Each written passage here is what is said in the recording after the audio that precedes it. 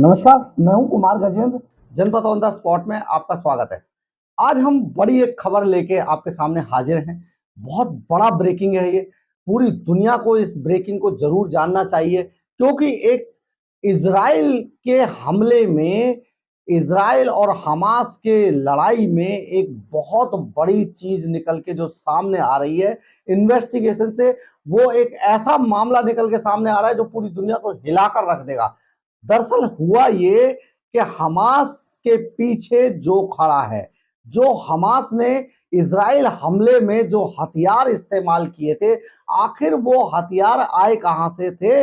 ये एक बहुत बड़ा सवाल बहुत लंबे समय से हो रहा है, क्योंकि इसका एक इस बानगी ये भी है कि अगर हथियार किसी ऐसे देश से खरीदे जाते, किसी हथियार डीलर से खरीदे जाते, तो शायद ये ब्रेकिंग पहले ही हो जाती और ये बात पहले ही खुफिया एजेंसियों को, चाहे वो सीआईए हो, चाहे वो इजराइल की मोसाद हो, चाहे वो दूसरी एजेंसियां हो, उन्हें ये बात पता चल जाती कि ये हथियार, एक इतने बड़ी संख्या में जो हथियार खरीदे जा रहे हैं और हमास खरीद रहा है या जो भी देश खरीद रहा था, तो शायद वो किसी बड़े हमले की प्लानिंग कर रहा था। ये बात पहले ही ब्रेक हो जाती। लेकिन ये बात आखिर ब्रेक क्यों नहीं हुई? क्योंकि आपको हम ये भी बता देते हैं कि इस तरीके के जो बड़े हमले होते हैं या आतंकवादी जो ग्रुप होते हैं, उनकी जो खबरें लीक होती हैं, वो खास तौर पर ऐसी जगहों से ही लीक होती हैं कि बड़े हमले की तैयारी कर रहा है या नहीं कर रहा है। जो हमारी खुफिया एजेंसियां, पूरी दुनिया के अंदर जो खुफिया एजेंसियां जो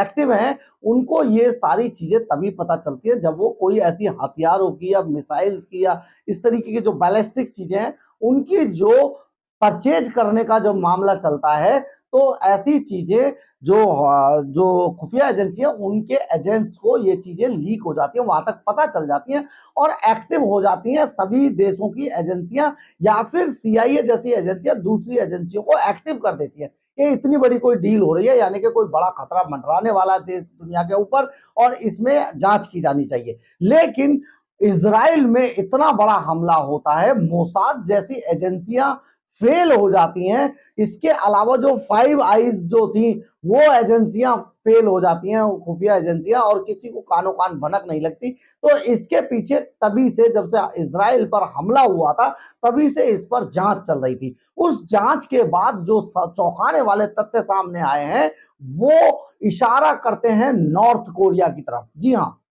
नॉर्थ कोरिया, किम जोंग को तो आप जानते ही होंगे।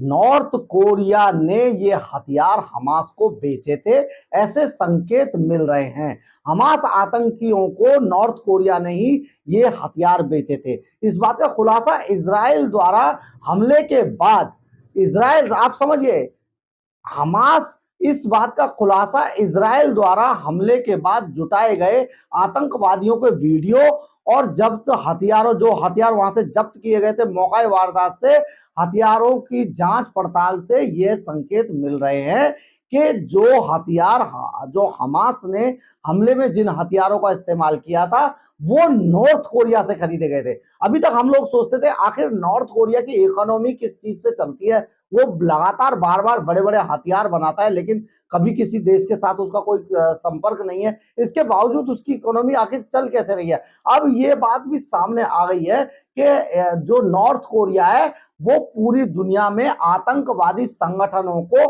हथियार बेच रहा है। और वैसे भी नॉर्थ कोरिया के बारे में कहा जाता है कि फिलिस्तीनी जो आतंकी संगठन है फिलिस्तीन के अंदर या दूसरे जो वहां पर एक्टिव है, उनके साथ नॉर्थ कोरिया के अच्छे संबंध है। नॉर्थ कोरिया उनको सपोर्ट करता है, समर्थन करता है। ये बात पहले से ही पता है, लेकिन इस बार जो संकेत मिल रहे हैं वो बहुत भयानक होने वाले हैं।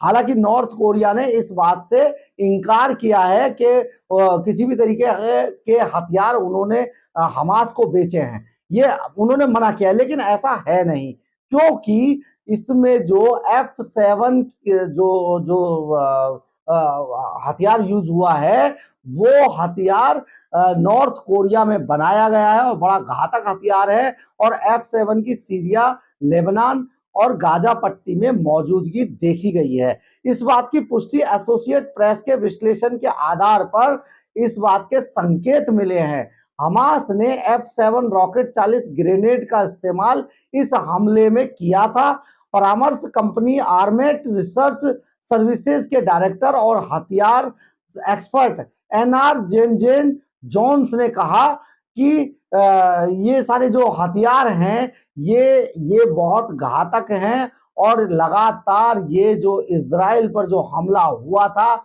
उनमें इन हथियारों का इस्तेमाल हुआ था जो कि नॉर्थ कोरिया में बनते हैं और नॉर्थ कोरिया इनको बहुत घातक रूप से बनाता है।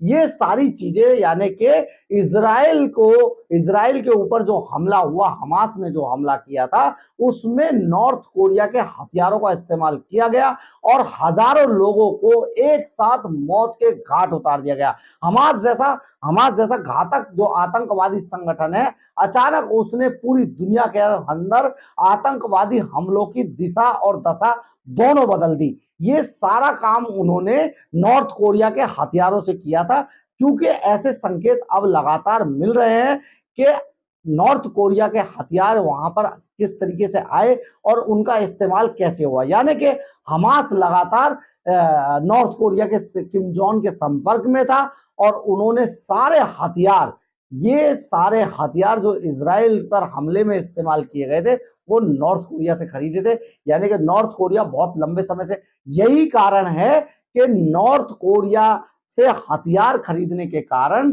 ये खबरें कि इजराइल पर हमला होने वाला है या कोई आतंकवादी संगठन किसी देश पर या किसी स्थान पर एक बड़े हमले की तैयारी कर रहा है, इस बात के संकेत या इस बात की सूचना कहीं से भी लीक नहीं हुई। ये इसका सबसे बड़ा कारण ये था कि नॉर्थ कोरिया के अंदर कोई भी बात लीक नहीं होती है। हम आपको एक और बात याद दिलाते हैं। एक खबर अभी बहुत तेजी से पूरी दुनिया के अंदर चल रही थी कि नॉर्थ कोरिया के जो तानाशाह है किम जोंग, उसने अपने एक सबसे विश्वास पात्र सेना अध्यक्ष को मौत के घाट उतारने के बाद उसे अपने ही घर के अंदर उसके दोनों हाथ काटकर उसे पिराना जो मछली थी उसके बड़े से जार में फेंक दिया। यानी कि जो पिराना मछली उसने अपने घर के अंदर, जो किम जोंग है उन्होंने अपने घर के अंदर ही पिराना मछलियों का एक बड़ा एक्वेरियम लगा रखा है। बहुत सारी पिराना मछलियां उन्होंने पाली हुई हैं जो जिसे बताया जाता है कि आदमखोर मछलियां होती हैं। और उन्होंने अभी पिछले हफ्ते ही अपने एक बड़े सेना अधिकारी के हाथ दोनों काटने के बाद उन्हें पिराना मछली के जार में यानी कि एक्वेरियम में फेंक दिया, जिसे कुछ ही समय के अंदर पिराना मछलियों ने जिनके शरीर का सफाया कर दिया, उनकी हड्डियों से भी मांस छुटा के खा लिया पिराना मछलियों ने। हो सकता है ये जो खबर थी, ये जो डील थी, इस डील के होने के बाद उन्होंने इस सेना अधिकारी को ही रास्ते से हटाने के लिए उसे इस कदर बेरहमी से मौत के घाट उतारने के बाद उसके शरीर को पिराना मछलियों को खाने के लिए छोड़ दिया था। यानी कि ये सारी चीजें हमास ने जो किया था कि कहीं से कोई खबर लीक ना हो जाए, पूरी दुनिया का एक दबाव प्रेशर ना बन जाए तानाशाह किम जोंग के ऊपर, इसलिए उन्होंने उस सबूत को ही खत्म कर दिया जिसने हमास के साथ डील की होगी। ये ऐसी उम्मीद जताई जा रही है, लेकिन इस बात का खुलासा बहुत भयानकता वाला है और नए जो आतंकवादी जो संगठन है पूरी दुनिया के अंदर, उनको एक तरीके से देखा जाए तो एक नए तरीके की एक जांच जो है एक ऐसे देश पे जाके टिक रही है जो बहुत खतरनाक हो सकता है किसी भी वक्त पूरी दुनिया के लिए और मानवता के लिए। ये है किम जोंग यानी कि नॉर्थ कोरिया अगर आतंकवादियों को इस तरीके से हथियार बेच रहा है तो ये सचमुच पूरी दुनिया के लिए और धरती के लिए बहुत दुखद संकट की बात है। और इससे निपटने के लिए अब नए तरीके की चीजों के बारे में पूरी दुनिया के जो जो स्टेट्स के जो हेड हैं यानी कि राष्ट्रपति हैं, उनको इस बात पर एक बार फिर से सिरे से सोचना होगा कि आखिर नॉर्थ कोरिया आतंकवादी संगठनों के साथ मिलकर अगर इस तरीके से हथियार बेचेगा तो सचमुच पूरी दुनिया के अंदर आतंकवादी संगठन एक्टिव हो जाएंगे और बहुत ज्यादा ताकतवर होंगे और उनकी खबरें बाहर तक नहीं आएंगी, जो कि पूरी मानवता के लिए बहुत खतरा होगा।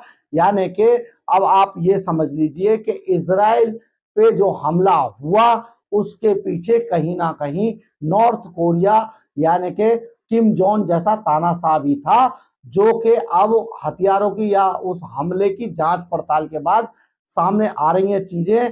F7 बैलिस्टिक जो थी, रॉकेट चालित ग्रेनेड जो थे, वो राइफलें, बहुत सारी चीजें ऐसी बरामद हुई हैं जिनसे संकेत मिलता है कि वो केवल नॉर्थ कोरिया की गन फैक्ट्रियों में ही बनाए जाते हैं, तैयार किए जाते हैं और बहुत घातक माने जाते हैं, और वो हमास के आतंकवादियों ने उनका इस्तेमाल किया। ये एक बहुत बड़ी खबर थी और सचमुच दुनिया को इस पे सोचना होगा कि आगे इस ऐसी स्थिति से कैसे निपटा जाए।